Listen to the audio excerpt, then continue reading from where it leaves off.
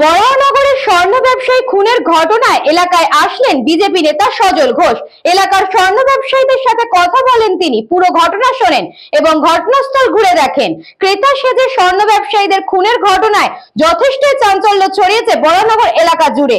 Police প্রশাসনের ব্যর্থতাতেই এত বড় ঘটনা, এমনই অভিযোগ সজল ঘোষের। তারা শোকস্তব্ধ, এরকম ঘটনার আকস্মিকতায় তারা বিহল। পাশে থাকবো, শুধু ছবি তোলবার জন্য নয়, পাশে থাকবো এই কথাটাই দিয়ে এসেছে। বুঝে গেছেন উত্তরটা কোনটা হতে পারে। আপনার বাড়িতে আগুন লেগেছে, আপনি সেটা আগে সামলাবেন না আপনি বিয়ে বাড়ি যাবেন? এটা আমার প্রশ্নের উত্তর দিতে হয় না, কিন্তু আমরা সবাই জানি।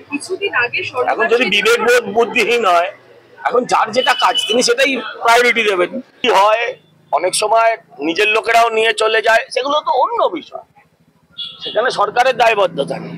কিন্তু একটা সরকারের ইন্টেলিজেন্স, সরকারের আইবি, সরকারের কিচ্ছু নেই। সরকারি মদত, স্থানীয় মদত আছে কিনা খুঁজতে হবে, মদত আছে দেখতে হবে।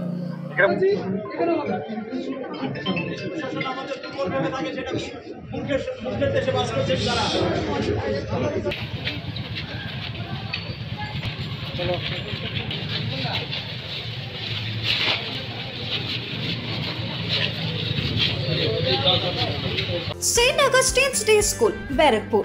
Success for every child. Admission open 2026 to 2027. Contact number 900793 4555.